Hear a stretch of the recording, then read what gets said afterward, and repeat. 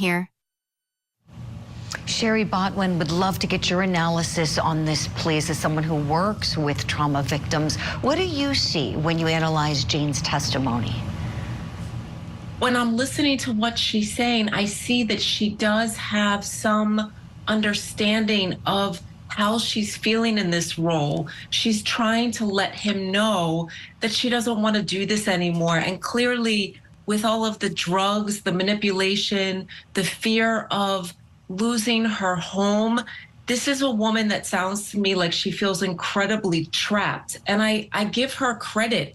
You know, when I listen to what she's saying to him, she's telling him, I don't want to do this anymore. And she's also, I think, letting him know that these are not things that she wanted to do from the start. But in this message, she's conveying, I think, her understanding that this is a really, really dangerous situation and she needs to get out.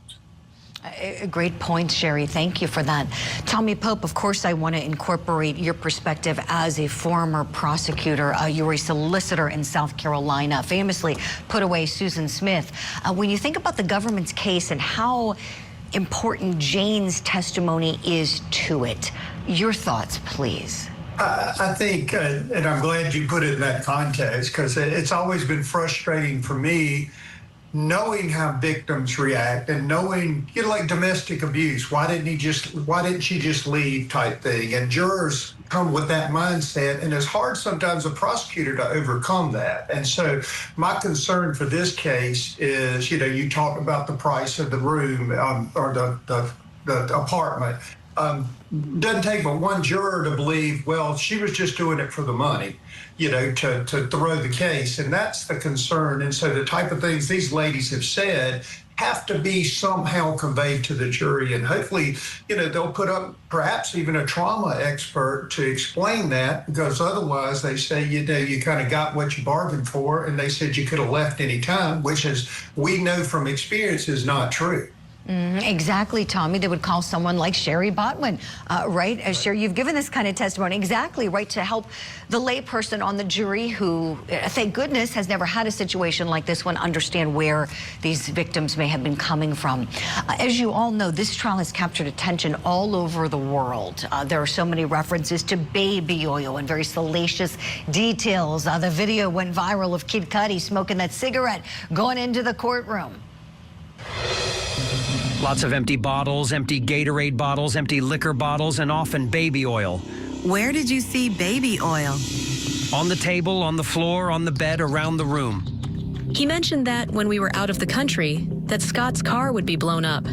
He wanted his friends to be there to see it. While you were employed by Mr. Combs, did you ever observe him using drugs? Yes. What kinds of drugs?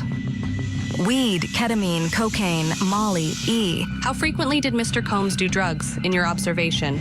I would say every day. Did he do drugs during the day? He would take Percocets throughout the day. Wow. The testimony, it's been jaw-dropping. It really has. Can you imagine if federal court allowed our cameras in? Holy smokes. Well, one witness after the next, recalling so many alleged bad deeds done at the direction of the once very powerful music executive. Alleged acts. We know all of this is alleged. Up to this point, Cassie Ventura seems to be the most important witness for the federal government. So we're asking, besides Cassie, who do you think is the second most important witness to the government's case? Well, this is a tough one. Tommy Pope, let me start with you on this one, please. I think when the doctor testifies, she'll be the most important witness to bring back where we're at.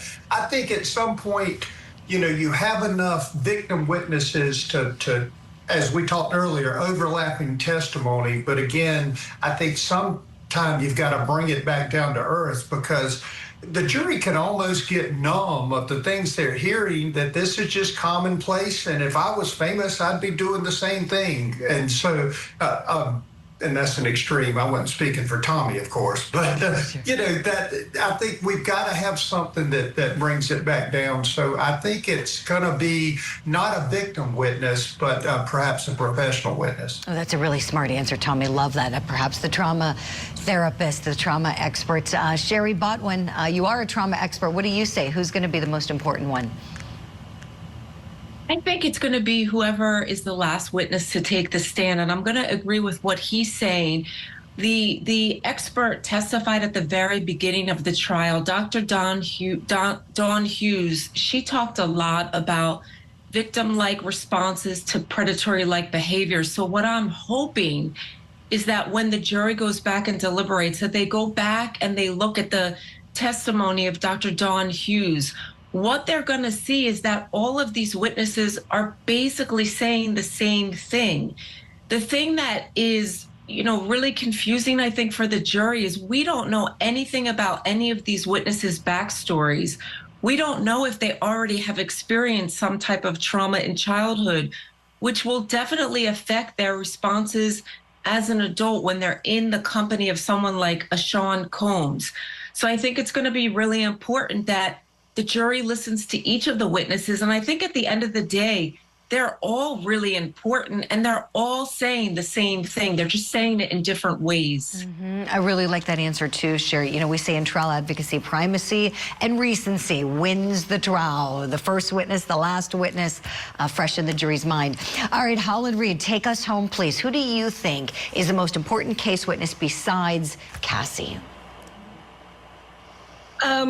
I'm going to go off on the left a little bit. I think the pattern, and all of the witnesses are establishing a pattern. This, of course, we know this is not just an abuse trial. The abuse is a part of it only to establish how he benefited from the abuse. And all of these people have been amazing witnesses to establish the pattern. And I think that at the end, whether it's the expert, of course, hopefully will drive those points home. I think it's going to be the text messages, the financial exchanges, all of your witnesses that said this happened to me and then I was coerced into this, and he benefited and used all of these tools to get away with